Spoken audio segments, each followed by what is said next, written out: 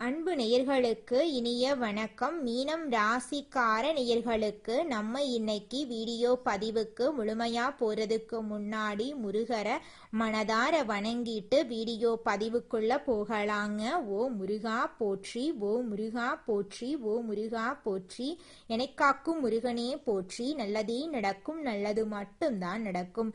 நம்மளோட மீனம் ராசிக்காரங்க நம்பிக்கையானவங்க. உண்மைக்கு புறம்பா எந்த காலத்திலையும் எந்த ஒரு செயலையும் இவங்க செய்ய மாட்டாங்க. இவங்களை பொறுத்த வரைக்கும் தான் மட்டும் நல்லா இருக்கணும் அப்படிங்கிற சுயநலமெல்லாம் கிடையாதுங்க. தன்னை சுத்தி இருக்கிற எல்லாருமே நல்லா இருக்கணும் அப்படிங்கிற பொதுநல குணத்தோட இவங்க வாழ்ந்துகிட்டு இருக்காங்க. அனுதினமும் ஆண்டவனே துணை என்று வாழக்கூடியவங்களா இவங்க இருக்காங்க.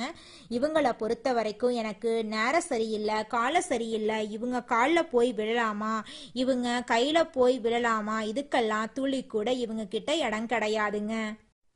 இவ்வளவு அருமையான நற்குணங்களை கொண்ட மீனம் ராசிக்கார அன்பர்களே, எல்லாரும் நலமா இருக்கீங்களா?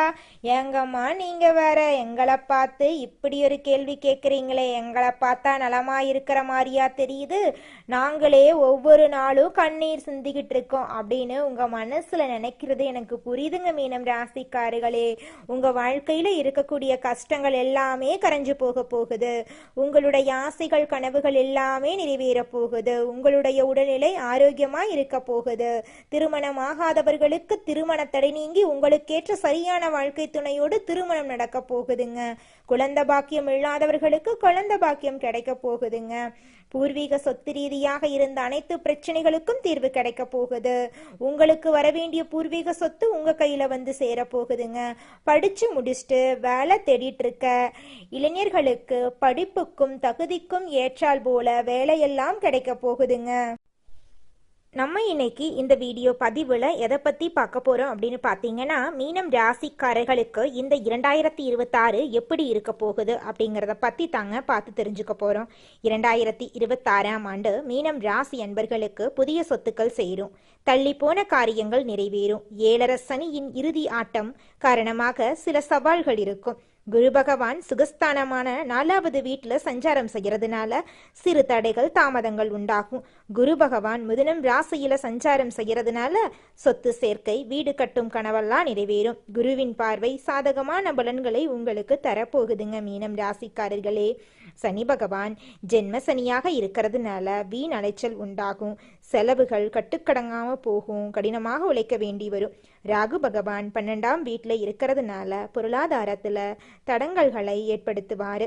வீண் விரய செலவுகள் ஏற்படும். புதிதாக கடன் வாங்க வேண்டியது வரும். வம்பு வழக்கு பிரச்சனைகள் ஏற்படும். கேது பகவான் 6ஆம் இடத்துல இருக்கிறதுனால நோயையும் கொடுப்பாரு, வெற்றியையும் கொடுப்பாரு. எதை கண்டும் நீங்க அச்சப்படக்கூடாதுங்க. பொறுப்பா பொறுமையா செயல்பட்டாதான் வாழ்க்கையில முன்னேற முடியும். எல்லாவற்றையும் பாசிட்டிவாக சொல்லாம உள்ளதை உள்ளபடி சொல்ல வேண்டுங்க. வெளிநாட்டு தொடர்பு ஏற்படும்.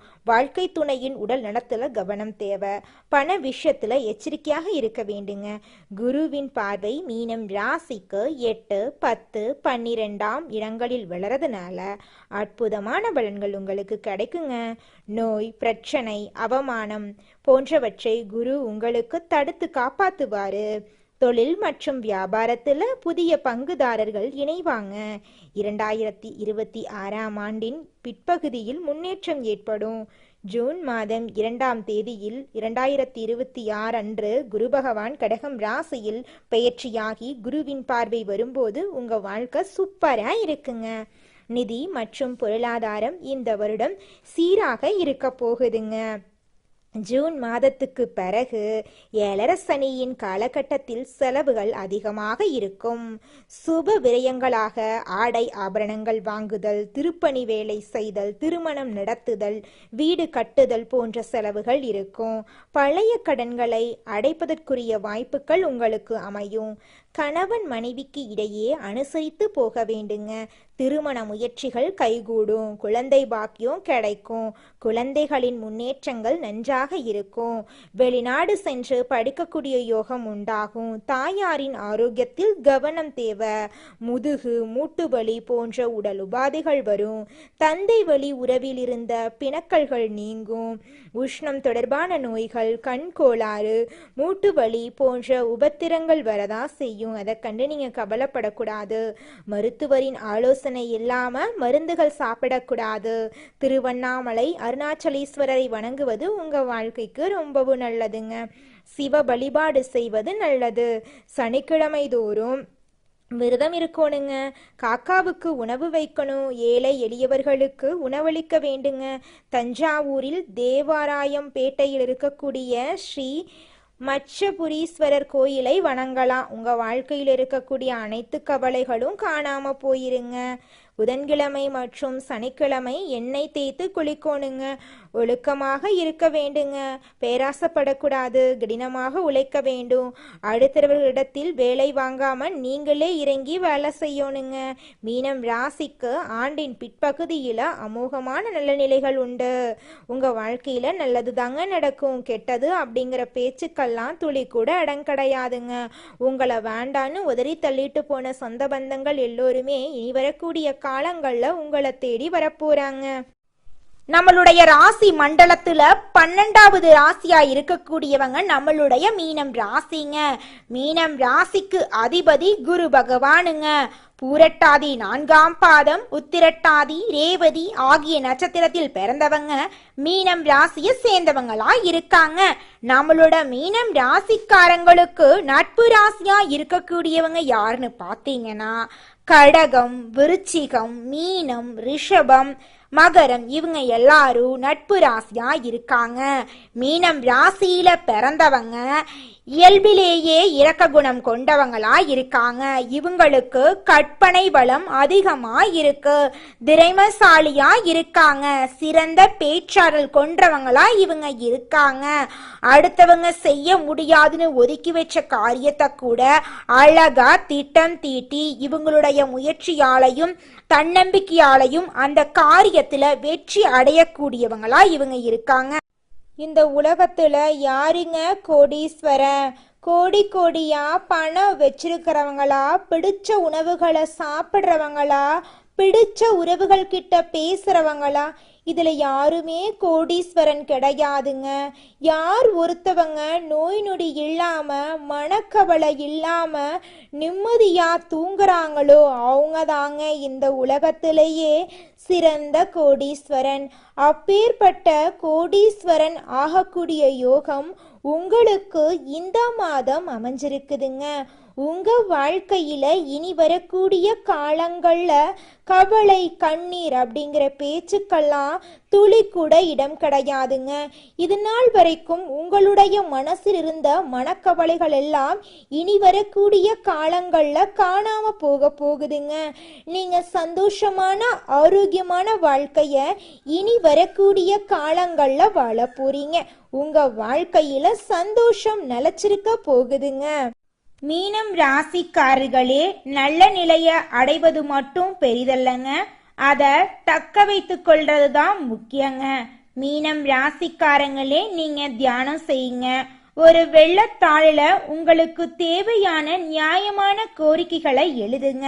வேலை கிடைக்கணும், உடல் ஆரோக்கியமா இருக்கணும், குழந்தைங்களோட படிப்புல முன்னேற்றம் காணப்படணும், திருமணம் நடக்கணும், இந்த மாதிரி எழுதிக்கங்க. அதிகாலையில 3 மணியில இருந்து 6 மணிக்குள்ள பிரம்ம முகூர்த்தத்துல கிழக்கு திசை நோக்கி உட்கார்ந்து உங்களுக்கு வேலை கிடைத்து விட்டது என்று நினைச்சு கண்களை மூடி அந்த வேலையில நீங்க எப்படி இருப்பீங்கன்னு ஒரு 10 நிமிடம் நினைச்சு பாருங்க.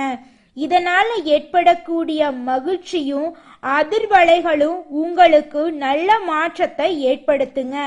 நேரத்தை வீணடிக்காதீங்க. எதிர்மறையா பேசுறவங்க கிட்ட இருந்து கொஞ்சம் தள்ளி இருங்க.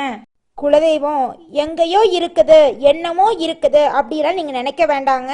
நீங்க எங்கிருந்தாலும் ஒரு தீபம் ஏத்தி வச்சு அந்த தீப ஒளியில தெய்வங்கள் இருக்கிறாங்க அப்படின்னு நினைச்சு வழிபாடு செய்யுங்க. குலதெய்வமே தெரியாவிட்டாலும் வீட்டுல தீபம் ஏற்றி வச்சு ஏதாவது ஒரு நல்ல நாள்ல குலதெய்வத்தை நினைச்சு வழிபாடு செய்யுங்க. குலதெய்வ வழிபாடு குலம் காக்குங்க, குலம் தலைக்கும். முதல்ல குலதெய்வம், அப்புறம் இஷ்டப்பட்ட தெய்வம், அப்புறம் உங்களுக்கு விருப்பப்பட்ட தெய்வங்க. எந்த கோயிலுக்கு போனாலும் என்ன பண்ணாலும் ஏற்றமில்லை அப்படின்னு நீங்க சொல்லுவீங்க. தினமும் எந்திரிச்ச உடனே சூரிய பகவான நமஸ்காரம் பண்ணுங்க. அவங்களுடைய அனுகிரகம் இருந்தா போதும். மற்ற கிரகங்கள் எல்லாம் சாதகமா இல்லைனா கூட பரவாயில்ல, அந்த சூரியனுடைய பிரகாசம் உங்க வாழ்க்கையவே பிரகாசமா மாத்திருங்க. அந்த வெளிச்சம் உங்களை வந்து சேருங்க. உங்க வாழ்க்கையில் இருக்கக்கூடிய கண்ணீரெல்லாம் கரைஞ்சு போயிருங்க. நல்லதே நடக்கும், நல்லது மட்டும்தான் நடக்கும். நன்றி, வணக்கம். யார் யார் உங்ககிட்ட பேசுனாங்க, என்ன தேவைக்காக பேசுனாங்க, எந்த இடத்துல நம்மள ஏமாத்துனாங்க நினைச்சாங்க, இன்னைக்கு எந்த நிலையில இருக்காங்கன்னு எல்லாத்தையும் உங்க லைஃப்ல பாத்துக்கிட்டு தாங்க இருக்கீங்க. ஒரு முறை ஒரு மனுஷன் ஒரு விஷயம் தெரிஞ்சிட்டா அதை லைஃப் லாங் செய்யவே கூடாதுங்க. அவன் தான் சிறந்த மனுஷன். ஒரு வாட்டி தெரிஞ்சோ தெரியாமலோ ஒரு தவறு செய்யலாம். தவறு செய்யாத மனிதன் இந்த உலகத்துல கிடையவே கிடையாது. பட் அதன் மூலமா கிடைக்கக்கூடிய வாழ்க்கை பாடத்தை ஆள் மனசுல பதிய வச்சுக்கணும். இதுக்கு மேல எந்த ஒரு தவறையும் நான் செய்ய மாட்டேன் அப்படின்னு உங்க மனசுல உறுதுணையா நீங்க பதிய வச்சுக்கணும்.